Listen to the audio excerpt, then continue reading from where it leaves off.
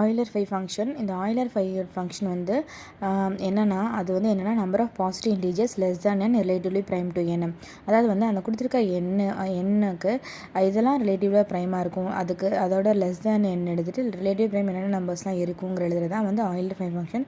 இந்த Euler phi function வந்து நிறைய இடத்துல யூஸ் பண்ணுவோம். மாடர்ன் அல்ஜிப்ராவில் number of generators, number of maximal ideals, number of ideals, அந்த மாதிரி நிறைய இடத்துல இந்த ஃபை ஆஃப் என்ங்கிற ஃபங்க்ஷன் வந்து ஃபைண்ட் பண்ணுவோம், நம்பர்ஸ் ஃபைண்ட் பண்ணுவோம்.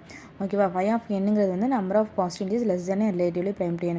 இப்போ பை ஆஃப் 4 எக்ஸாம்பிளுக்கு வந்து இப்போ 4க்கு லெஸ் தேனாக என்னென்ன நம்பர்ஸ்லாம் வந்து அதுக்கு ரிலேட்டிவ்லி ப்ரைமாக இருக்கும்? 1 3க்கு 1 4க்கு ஜிசிடி 1 வரும், 3க்கு 4க்கு ஜிசிடி வந்து 1 வரும். அப்போ இதில் வந்து 2 நம்பர்ஸ் வந்து இதுக்கு வந்து ரிலேட்டிவ் ப்ரைமாக இருக்குது, லெஸ் தேன் என்ன இருக்குது, அப்போனா வந்து ஃபை ஆஃப் 4 வந்து 2. இதுதான் வந்து ஃபை ஆஃப் என்கிற ஃபங்க்ஷன். இப்போ அது எப்படிலாம் ஃபைண்ட் பண்ணுறது? n வந்து ப்ரைம் நம்பராக இருந்துச்சுன்னா phi of n is equal n minus 1. இப்போ 7னா 7 மைனஸ் 1 6. ஓகேவா? இப்போ n வந்து ப்ராடக்ட் டிஸ்டிங் ப்ரைம் நம்பர்ஸாக இருந்துச்சுன்னா அதை வந்து ஸ்ப்ளிட் பண்ணி எழுதுறோம். இப்போ n is equal to p into q into ஆர்னா ஃபை ஆஃப் n வந்து phi of p into q into R. இப்போ phi of p, phi of q, phi of R. அப்போ பை ஆஃப் pனா p minus 1, q minus 1, R minus 1. ஓகேவா? இப்படி தான் எழுதும். இப்போ அது நம்ம சம்ஸ் பார்ப்போம்.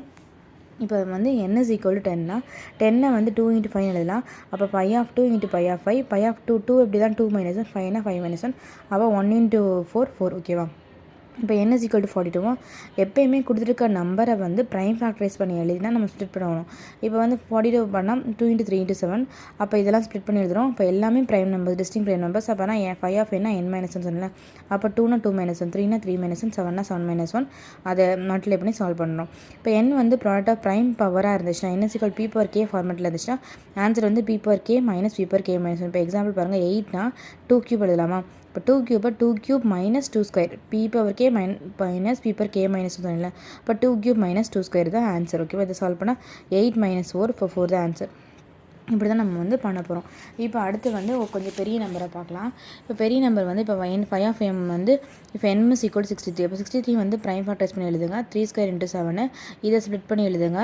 அப்போ p ப்ரைம் பவர்ஸில் இருந்துச்சுன்னா 3 ஸ்கொயர் மைனஸ் 3. ஓகேவா? அப்போ 3 ஸ்கொயர் மைனஸ் 3 இது வந்து 7 மைனஸ் 1. அப்போ இது சால்வ் பண்ணால் 6, இது சால்வ் பண்ணால் 6, 36. ஓகேவா? இப்போ வந்து m வந்து பெரிய நம்பர் 5 என்னன்னா 500 ப்ரைம் ஃபேக்டரைஸ் பண்ணி எழுதிட்டு ஸ்ப்ளிட் பண்ணி எழுதிட்டு ப்ரைம் பவர்ஸ்னால் 2 power k 2 power 2 minus 2, 5 cube minus 5 square. இதை சால்வ் பண்ணி எழுதணும். ஓகேவா? இப்படி தான் வந்து பை ஆஃப் m கண்டுபிடிக்கணும். தேங்க்யூ.